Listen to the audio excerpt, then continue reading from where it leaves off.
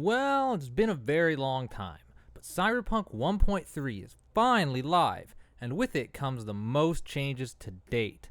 The majority of the changes are actually just more bug fixes, but there are 48 important changes that you need to know about. Speaking of need to know, don't forget to subscribe so you'll be notified when my exploit testing video for 1.3 comes out. You'll need to know about those changes too. For today, however, I've highlighted every major change that you should know about, so you don't have to read the entire patch notes yourself. I read every word of the patch notes, and it took well over an hour. Let's begin. The first and most important change in 1.3 is the first installment of the free DLC they talked about. I want to start by saying, unlike most of the other content creators, I actually really like this game and have a positive opinion about it. With that being said, the first free DLC is paltry and pathetic. I think it's safe to say that most of us wanted to cut content put back into the game, not extraneous new cars and clothes. Unless, of course, they added a lot of new cars and clothes, which they did not. On to the notes. They added an additional content menu on the main menu where you can see what free DLCs are installed and how to access them or turn them on. Additional content. A list of all the free DLCs can be found in the main menu under additional content. Johnny Silverhand's alternative appearance can be enabled in settings in the additional content tab. Multi-layered Sin Leather Delta Jock Jacket, Luminescent Punk Jacket, both available in Stash and V's apartment after receiving a message from Victor after completing the ride. They're of rare/iconic quality by default. Crafting specs to craft a higher quality will also be unlocked. Archer Quartz Bandit, available as reward or for purchase depending on choices made by the player after completing Ghost Town and then receiving a message from Dakota or Rogue. If you haven't received the message, make sure to be in the Badlands area and move further away from Dakota's workshop. Dakota will also need a couple of days to contact you. Additionally, if you watch the Twitch stream they added a sleeping spot for Nibbles the cat next to the toilet, as well as more new locations for Nibbles to hang out in your apartment.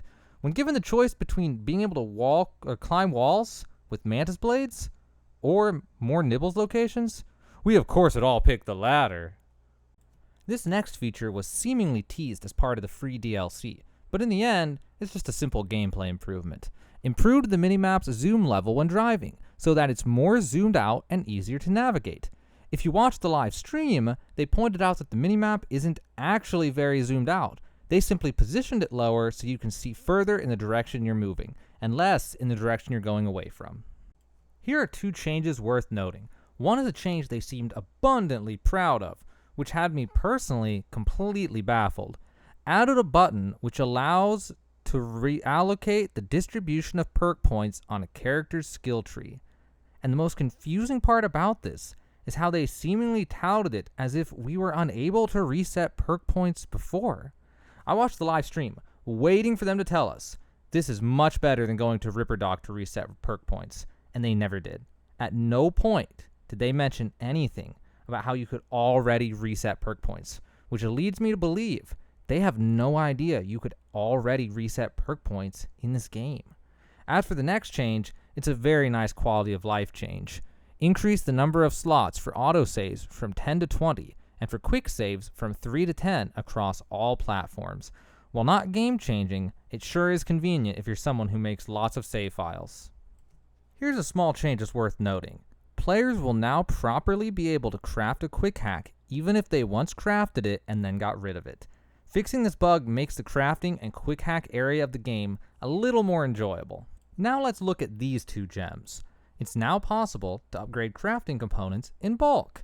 Added new sleeping spots for Nibbles in V's apartment. So now, it's actually not torture to upgrade crafting components. That's a huge quality of life change. As for Nibbles, it's not going to change your game, but it's one of the more fun changes in these patch notes, so it's worth a mention. Now to some really interesting changes. We'll see if they actually work as intended in upcoming videos, so make sure you subscribe for that. Detection time of enemies now depends on game difficulty. Enemies on easy and normal difficulties will now detect the player slower. Enemies on very hard difficulty will now detect the player faster. Enemies on very hard difficulty, and only that difficulty alone, will now be more aggressive when searching around when they are in the alerted state. NCPD will no longer react and turn hostile because of dead bodies and open world activities. NCPD will now also react to hitting NPCs with a non-lethal weapon, and adjusted the damaging process when shooting crowd NPCs while in combat depending on distance and the weapon used. So basically, very hard will be a little harder, which is definitely needed, and the NCPD are a little more reactive or non-reactive in ways that make sense. We've still got eons to go before we have a police force system that makes any sense at all, even in the slightest meaning of the words. But at least we're moving in the right direction. Also, random NPCs maybe, possibly, perhaps take correct amounts of damage instead of taking 7 headshots at point blank range to kill? Now, these changes are absolutely worth mentioning, but also I feel somewhat negatively about them. Improve the crafting system so that items with random qualities scale their quality with players' crafting skill. It's not possible anymore to roll a quality exceeding that of the relevant crafting skill. The level requirement of items will now increase with each upgrade. Note, the level of upgraded items will be adjusted as a result of this change. The equipped items which exceed the level requirement can keep being used, but if unequipped, will have to wait until the required level is achieved. So it seems they nerfed the upper potential of crafting quality unless you actually get the crafting levels to match it. And now, if you upgrade gear past your level, then you can't equip it anymore, but only if you unequip it? So the meta is to upgrade your favorite weapon past your current level, then literally never unequip it out of fear of not being able to use it anymore. And when you hit a story point that makes you unequip all your gear, it probably makes your weapon useless until you level up now. It seems like some important changes that I personally am not a big fan of. It sounds like a case of just simply not fixing something correctly. Now for possibly the biggest and most important change from the entire 1.3 patch notes. It's been insane that this took them so long to fix for something that seems so important to the quality of the experience of playing the game. Fixed an issue where crafting specs from clothing stores were available only during the first visit to a vendor. That's right, you heard it, folks. Legendary crafting specs at clothing stores can finally actually be found and purchased. This was quite possibly one of the top 10 most frustrating bugs of the Stage 1 early closed beta version of the game they gave to us last December. This being fixed will make the game much more enjoyable to a sizable portion of the player base, assuming they come back to play version 1.3. Now for the other most important change that you'll find in this patch. That's right. They fixed 4 broken perks. So let's see. It took 5 months to create 4 of the missing perks. And I say create because at this point we all know that the missing perks weren't broken. They literally had not been created and added to the game. Only the ability to purchase the placeholder icons in the character screen was implemented. So let's take a look at the chart. Well, that's 4 missing or broken perks down and only 24 to go. So let's see. It took 5 months to add 4 perks. So at that rate, let's see, divide by, carry the 1, and that comes up to 2.5 years to add the remaining perks into the game. Now let's be realistic. If they actually focus on fixing the perks, they could probably get them done much faster than that. But if they continue to look at broken perks as unimportant to the overall quality of the player experience, then it could easily take over a year to see them all fixed. Let's hope they take this issue more seriously in the future and fix these literally missing game features. As for the perks that did get fixed, it reads as follows. Hit the Deck perk will now work properly on knockdown and staggered NPCs. Can't Touch this perk will now grant the player immunity to blind from their own flash grenades. Crazy Science perk will now properly increase the sale price of all items. Hacker Overlord perk will now grant a recipe for the Epic Whistle Quick Hack. Guitars from New Dawn Fades will no longer be disassembled and won't be automatically disassembled when having the Scrapper perk. Player will now properly have a chance of looting a weapon attachment with the Mech Looter perk. Now this one's just weird. I took a break from making Cyberpunk content for about half a year, I was pretty sure they already fixed this. Maybe I was unaware of some new way to exploit the painting, but last time I checked, it already sold for less than the buyback price, making any exploit with it unusable. But let me read it anyway. It is no longer possible to exploit the epic, untitled 18 Branceski 2021 painting by selling and buying it back. Well, I think that's officially the end of the painting glitches. They were already dead, but now they went from dead to, well, dead. Here are some interesting changes that are worth noting. Make sure to subscribe for when I check these out to see what they entail. That and more coming soon. Added loot to an empty loot container behind a sex shop in Corpo Plaza. Fixed an issue where some rare items were dropping where they weren't supposed to. Atom Smasher will now drop additional loot besides the access token. Fixed some unopenable loot containers in the control tower with a little help from my friends. Removed legendary mantis blades from Royce's office in the pickup. So it looks like there's some new loot. It'll probably be insignificant loot, but it's definitely worth investigating. Also, Atom Smasher might drop something new. Hopefully something actually good and not just some random literal junk item like a soda. Finally, it looks like they nerfed some fun stuff again by removing a legendary mantis blade spawn and making certain unspecified rare items stop dropping in some place they don't want to tell us. Now let's look at another exciting set of changes that actually are some of the more important changes, even though it might seem insignificant. Adjusted the NPC's behavior when their car is stolen. NPCs will no longer react by crouching to every gunshot.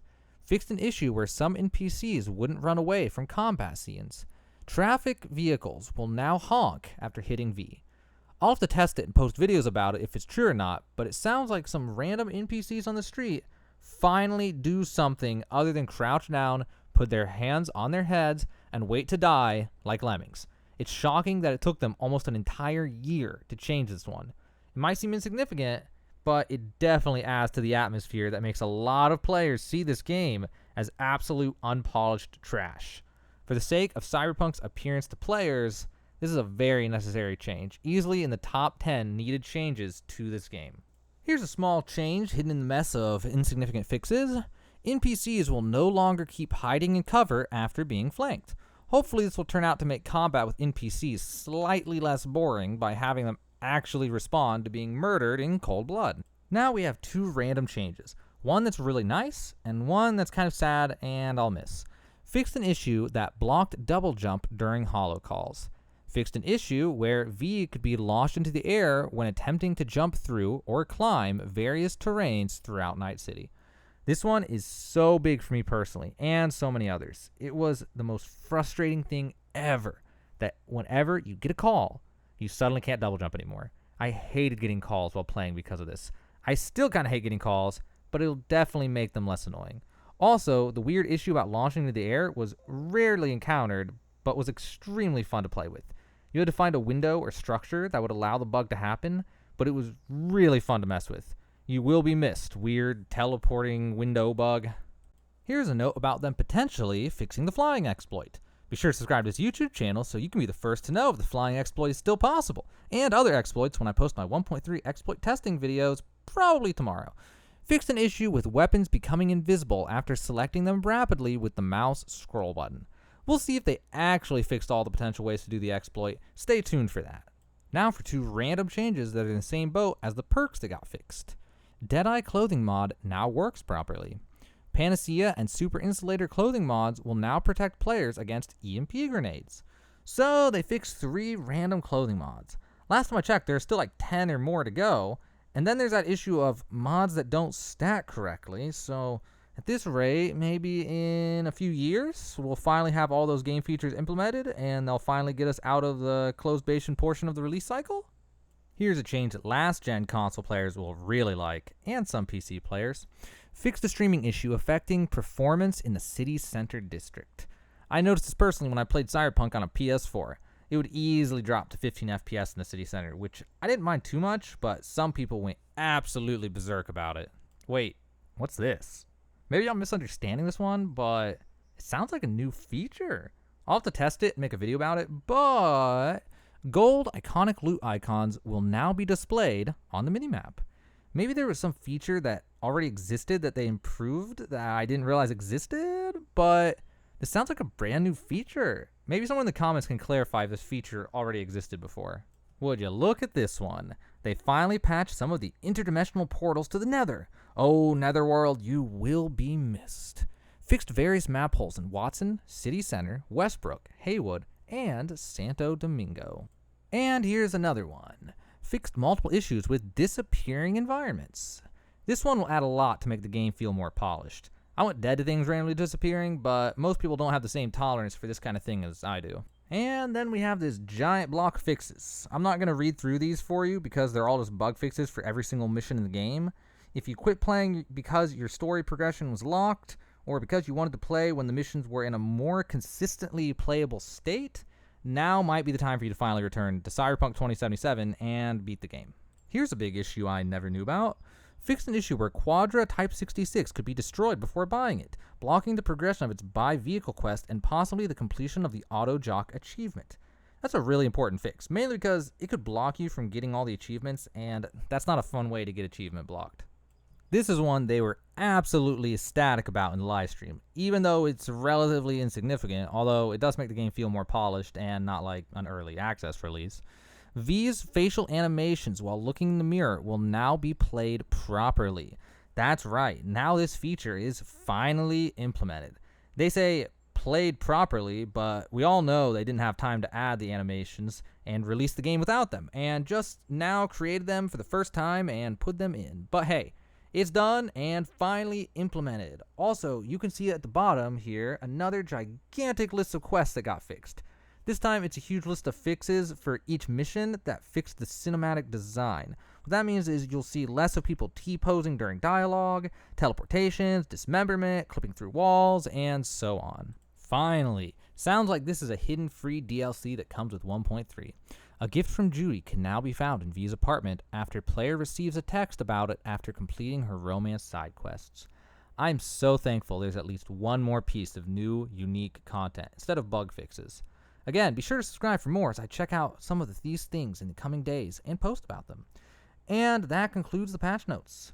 All the rest of the patch notes were mainly insignificant bug fixes that make the game more polished incrementally, but nothing game-changing. If you were hesitant about playing Cyberpunk 2077 before, now might be the right time to come back and give it a go.